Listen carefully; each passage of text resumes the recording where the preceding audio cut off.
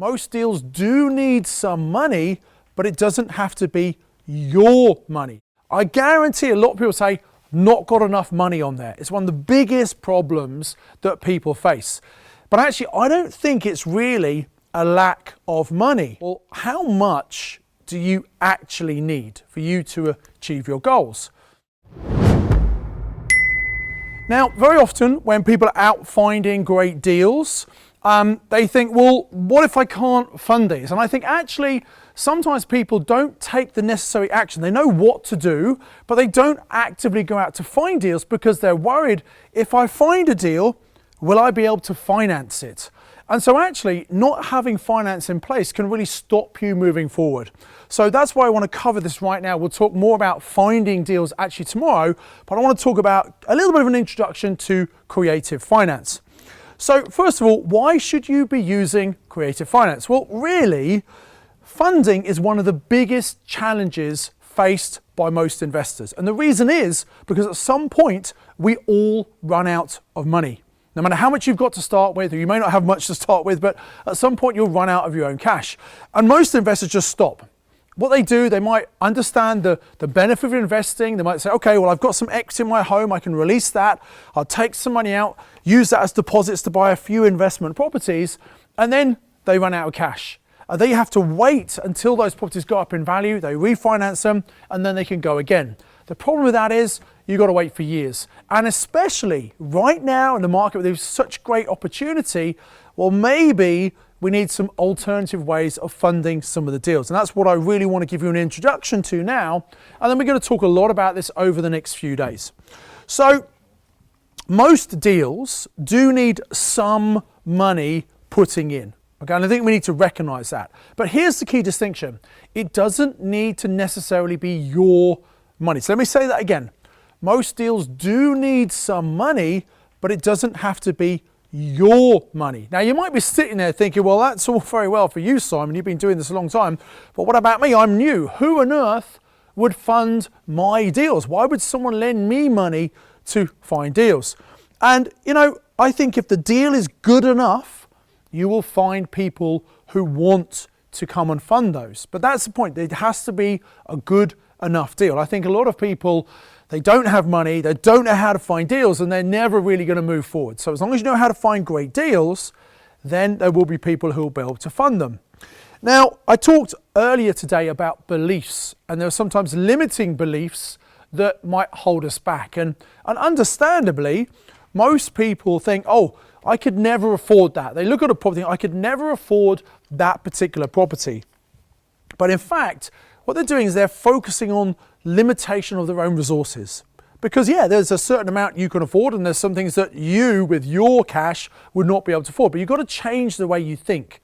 And as I said, focus on finding really good deals. Once you know that, there will be people who will help fund them. We'll reveal all these different ways to you over the next couple of days. You really need to change your thinking about this, because otherwise it will hold you back massively. Once you know and you really believe that people will fund great deals, there will be people out there who will come forward in lots of different ways. And in fact, it's not a lack of money. You might think, I don't have enough money to invest. When I say to people, what's your biggest problem? And I'm sure we've had lots of people fill in the coaching forms, which is great. A lot of space have gone. There's still a few spaces left, so I'd encourage you to fill those in. I guarantee a lot of people say, not got enough money on there. It's one of the biggest problems that people face. But actually, I don't think it's really a lack of money. Bear with me on this. You might think, well, I don't have the money. But actually, I think it's more a problem of not having the specialist knowledge on how to find great deals and how to find money. And it's a lack of the belief that actually there are people out there with money, and also that there are people who would lend money to me. That's how you might be thinking. And I believe when you look at this model, the maximum achievement model, any challenge you have really boils down to one of these three elements causing an issue. So as I say, lack of money, well, actually, when you know how to find good money and you have the belief that people out there will lend you money, then money's not a problem. So if you have any challenge at all, I believe essentially it boils down to one or several of these elements being missing. And so any challenge you have, when you think about it, and if you look at this diagram, okay, what is it that I need? It will be one of these, or maybe two of these. And so you could then work on, okay, what do I need to get? So I need to acquire the specialist knowledge of how do I raise people's money, or whatever it might be. And so this is why this model is so important. And I wanted to make sure you really get it, because, you know, otherwise you're going to not be able to achieve everything you should be achieving. The fact is, if other people can achieve great results in property, there's no reason why you shouldn't be doing it. They haven't had loads of money. They've learned how to find money. They've gone out, taken action, and then raised that money. Now, you might still have things holding you back. And again, on Sunday morning, we're going to look at how you can overcome some of the obstacles and blocks that might be stopping you from achieving everything you want to achieve.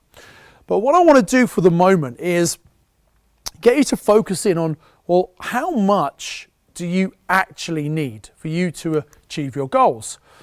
So I want you to think about that. And let me ask you a question. Do you have deals that are ready to fund now? So in other words, if you had all the money in the world, or all the money you needed rather, would you be doing more deals right now?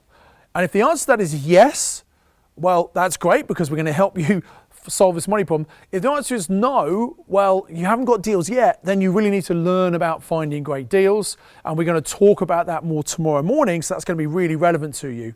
But most people who I come into contact with, they seem to have deals, but they just don't have enough money to do those deals.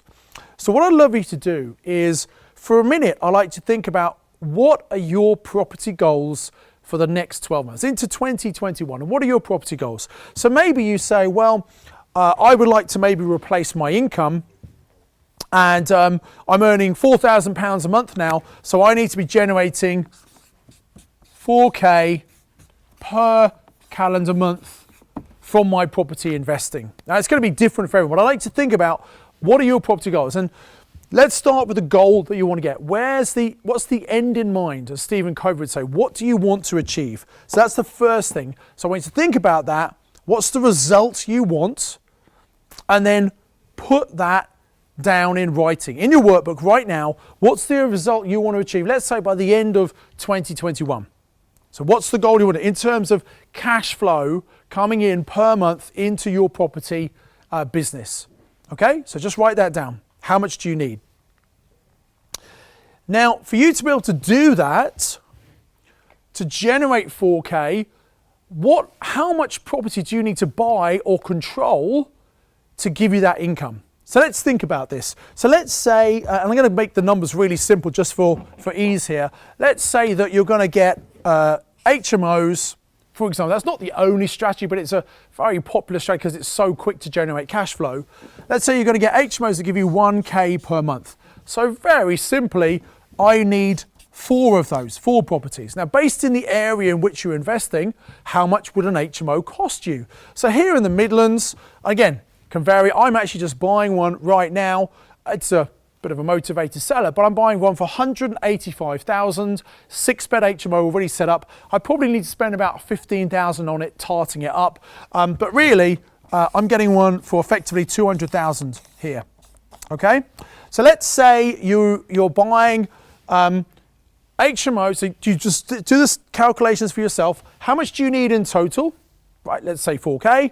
Okay, so how much is each property going to give you? Let's say 1,000 each. How many do you need? Well, I need 4 in this case to get 4K. And if I'm buying at 200K each, I need to get the deposits, I need to get the stamp duty and all the costs. So if we're buying a £200,000 property, I would say that really you need about 60K to be able to do that. You're going to have your 25% deposit, 25% of 200 is 50K, plus a further 10K for your stamp duty, legal costs, etc. So 60K in total. Now I'm assuming that that's an HMO you're buying that's pretty much got everything there. It's a tired, retiring landlord, just a lick of paint you're giving it maybe. Sometimes you might need to spend a lot more on your property, but let's just keep the maths really simple for the moment.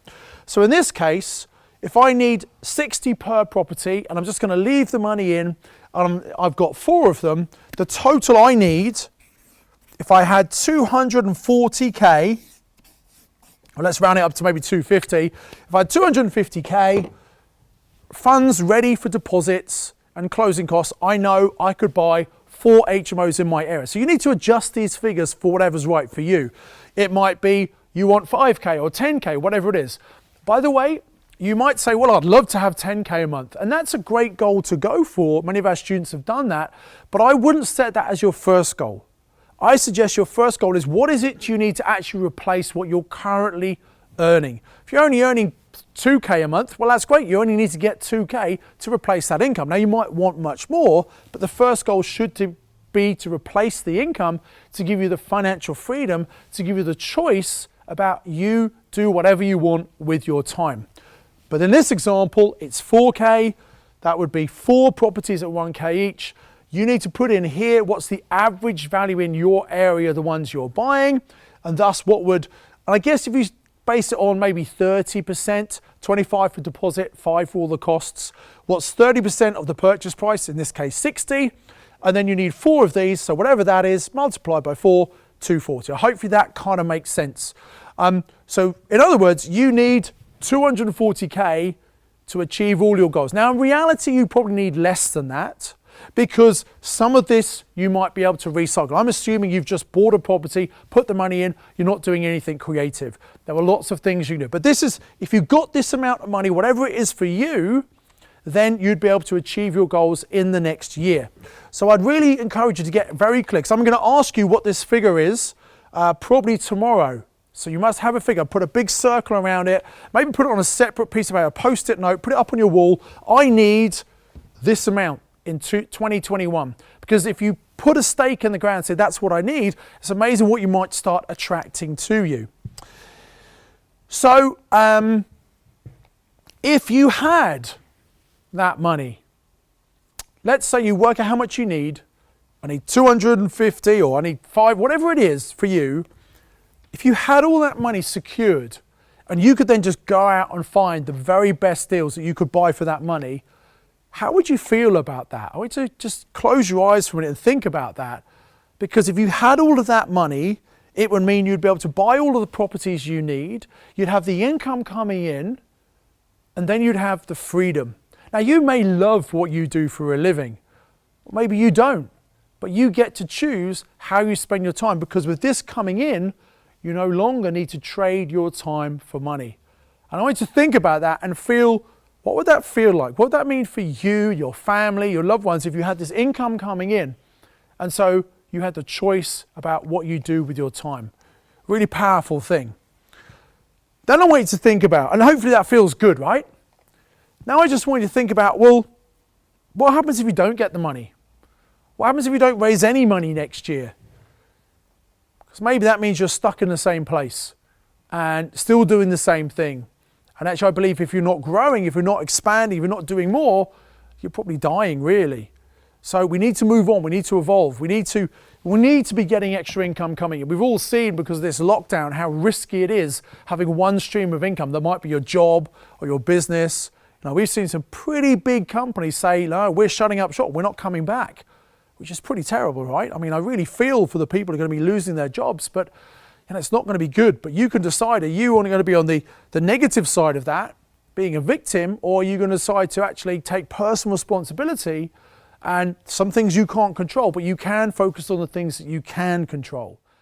I do hope you enjoyed watching this video. If you enjoyed it, I highly recommend some live online training that we're doing. All you have to do is click on the link below to get full details. And the great thing about live training is obviously we can interact, you can ask me questions, and we can answer them live in the moment. So come and click on that live online training. I look forward to you very soon. In the meantime, I've lined up another video I think you're going to find very useful. So invest with knowledge, invest with skill.